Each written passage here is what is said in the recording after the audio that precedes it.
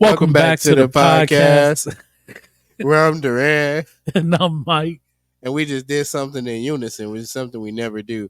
But you got a question for me, my brother? I do. What's up? Hey, do you think people should give a 2 weeks or at least 2 weeks notice when leaving a job? Yep, and that's the end of the podcast. Thank y'all for watching. Like, comment, subscribe.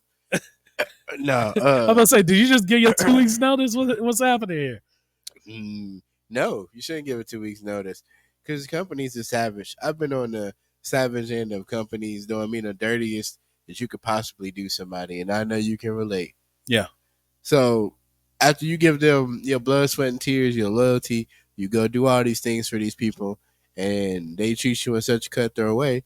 Why should I give them 2 weeks to go find somebody else to replace me? Because if I left today, you was gonna have to do it anyway. Right. Just if like you was firing me, you ain't gonna give me 2 weeks to go find another job. just like the jobs that let you come to work the whole day, acting like everything cool. 30 minutes before your shift is over, they'll fire you. That's crazy. More importantly, they'll come to you and tell you that you did something that you totally didn't do and overlook all the good things that you did. Yeah. See, and I've been on the end where I have been part of the firing side too. And sometimes it's well deserved, and other times it's just like it's gritting your teeth because you realize this person's been here 25 years. I've seen people be there 25 years, and they make mistakes that ain't that big, but it seemed like the company's trying to get rid of them. Like I worked with a lady who had been with the company for a long time, and she got mad. It was a day she got mad, and she said like a curse word and like cursed somebody out. It not really cursed them out, but it was like, "What the f are you doing?" Like that type of stuff. And they fired her. No write ups, no none of that. Just hey, we gotta let you go. You can't talk to people like that. That's crazy.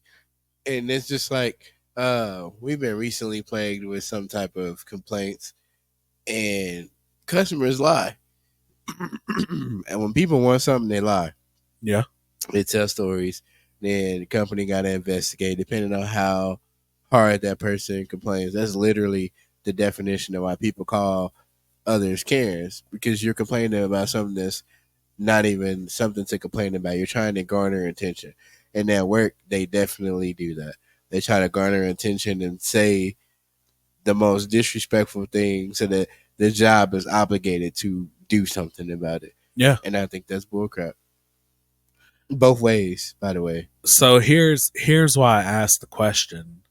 I know you probably think I'm about to jump into my story, but I'm not. I read a report of a guy who was clocked in for 4 days before his job realized that he was dead. He worked in the same profession we work in. Mm-hmm. So imagine going to work, me and you, go to work, and you sitting in your booth, with everything you need there for 4 days with the same outfit on. Same outfit. Your coworkers didn't care enough to realize that you've been here for 4 days and didn't leave when they left. None of that. They didn't smell him or nothing. Nothing. Was dead for 4 days before they realized it.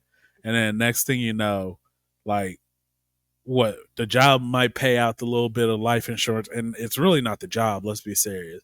The job buys life insurance on you, and the company pays it out. Right. But they move on. They go find somebody else to be in your booth. The whole staff need to be fired. Everybody needs to be fired. And the job needed, they should have sued them. Because ain't no way. So we looking for you, calling you, your phone ain't rang, they ain't hearing cell phone, none of that. They not looking for him, though, because when they go over to the booth, he's right there. No, I know, but I'm saying his family ain't called, his friends ain't called looking for him. His phone, his office phone wasn't ringing, wasn't going crazy or nothing. Y'all was just like, yeah, he just working. Y'all ain't go over there and say, hey, Bill. And he said, what's up? It's wild. He ain't got up to pee all day. He ain't did nothing. He ain't seen them heat up nothing for lunch. He ain't left that spot. You ain't checked the camera or nothing. They are loving it. They sitting there going, man, this guy is working his butt off. Everybody need to be like him.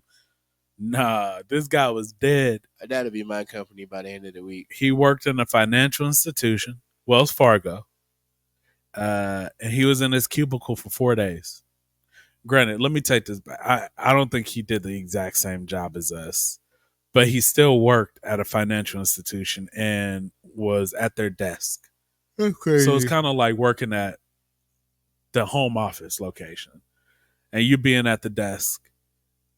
Nobody else, they walked around that building, never realized that this person never left. And then a couple people started smelling a foul odor, but thought it was the plumbing. So after being there for 4 days, they finally called the cops when they realized that this person was decaying and dying and dead. And Wells Fargo never said anything. That's crazy. That's what I mean.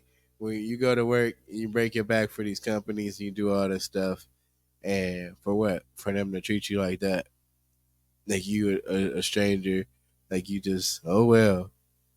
Like I wouldn't even feel comfortable being put in that seat as a replacement. Well, and that's the thing. That's what makes me feel like they said they were wanting to notify the family first, which is the right thing to do, right? Except for the fact that you got a building full of employees who work around this guy who interacted or may not have interacted or been feet away from a dead body. So something needs to be said to them just as quickly as the family. Absolutely. How the hell the family didn't realize that this guy that wasn't making her home? Like They hadn't where? heard from the Like person. where's your? You not married? You ain't got kids? What's up? I don't know. I don't know. But then it just made me think like there's a lot of jobs where I feel like could get away with that. Like this is an art industry. And how many times, I mean, we may have a walkthrough and check when we leave at the end of the day, but how many industries do they have where people are like, oh, it's time to go, I'm heading out. But there's no formal walkthrough of the building or like who's here, who's not here, who's staying late, whatever. And then what do the jobs do? They don't shut down. I mean, this place ain't shutting down. So they Definitely just not. keep moving. It's another spoke in the wheel. So why are we required to give them 2 weeks notice when we leave? Exactly. And the 2 weeks notice is for them to hide stuff behind that clause and keep it from you. So money, time. Yep. It's like a legal thing for them. And that's why you got to give 2 weeks so they can like, oh well, you didn't tell us you was leaving. You just up and left. Okay, cool, Steve. We just gonna keep this. Yeah. I mean, there's a lot more I could say. A lot more I could say with the 2 weeks notice stuff, but I don't want to sound like a bitter ex. Yeah, let's not rehash some things, but definitely, I've been on a job where I lost my job because they said my attendance was bad, but really it wasn't. My health wasn't always the greatest, and we had some supplies come back, and the supplies wasn't supposed to come back the way it came back. Yeah. I found it, so I told everybody to scoop back. You know, I scooped up the ones we had, and I brought it to my supervisors. And I'm like, "Why is this here? Wait, this don't come from these states. We sent this out. I don't know when this got sent out. So it's only us that was shipping that stuff out, and then a lady who specifically checked it in. And so I don't know what conversation they had or whatever, but anyway, somehow I became the fall guy for this. So I lost my job. And when I lost my job, it was a really bad time. So, um, needless to say, it had some tremendous effects on everything in my life at the time. And I just felt like it was bullcrap because the way they presented it to me was like, well, we fired you, but if you fill out this paper and bring it back in, then we can talk amongst ourselves and basically like give me a chance to explain to them yada yada yada this that, and the third. So I sat in my car and I was gonna fill the paper out. And when I was getting to start writing on it, I just had a real thugnificent moment. Man, I ain't about to sign this paper. Y'all just fired me on some stupid stuff. After all this work I've been putting in, all the scrutiny I had to put up with some employees that they hired, and they was literally just not doing nothing. They was talking to me all types of crazy. They didn't have my back and say nothing. So it was either they get rid of them, or it's got to get rid of me, or uh, I was gonna fill this paper out and look dumb coming back in here fighting for a job that didn't fight for me, so I didn't fill it out. I don't blame you at all. I wasn't. I think that's the hard part is that a lot of these jobs have the autonomy to like fire you on the spot. But if you quit on the spot, it's frowned upon. Sometimes it gets stressful. Why would you want somebody to remain at a job when they are stressed out, they at their limit, they don't feel happy here, they're not getting any joy, and it's becoming more of a chore? That's how you get people to come in and hurt people, or people that just don't care about their work. And regardless of what you do, it got to be some type of important. It affects something. So if you was a mailman and you quit, those people on the route not gonna get their mail. True. If you a garbage man, maybe those people who ain't gonna get their garbage grabbed that day. Stuff like that. It's just little things. Everybody do something important. A janitor quit, school don't get clean. Have you ever quit a job without giving notice?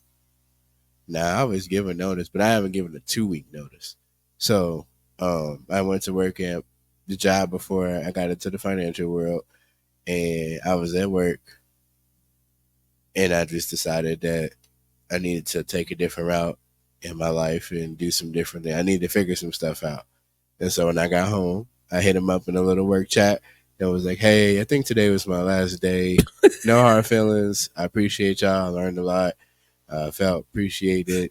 No bad blood. But I'm not going to be there tomorrow. So I'm out. And they was like, savage, man. Hey, like, today was my last day. They was like, could you fill this paper out so we could just have it? I was like, sure. And they sent it to me, and I didn't fill that paper out either. It wasn't nothing bad. I really had to be committed, and I had to just quit cold turkey like that, dog. Moral of the story: don't send Duran the paper because he ain't filling it out. Pretty much. Like, once he's done at that job, he is not filling nothing else out for you. Like, I really had a moment because I was like, the first one was like, am I gonna play myself and really fill this paper out and go back in here? I was like, nah, that ain't it. I'm cool. I'm good. I'm good, Joe. And then the second one was more so formality. I just told you what I was doing. Why you need it on paper? No, I feel like y'all on some funky monkey business. So y'all ain't getting that paper back. And I said, I'm out, bro. I'm good. I'm still breathing. So that was the right choice. Yeah, I said breathing. It was only one job that I didn't give any notice on this job actually, but it was because I let them know when I started what my availability was, and they scheduled me 4 days back to back to back to back. Oh, we're finna call them out. Yeah, we talking about you, Walmart. Yep, that was it. Hey, we might need an endorsement later. No, they scheduled me 4 days, Sunday through.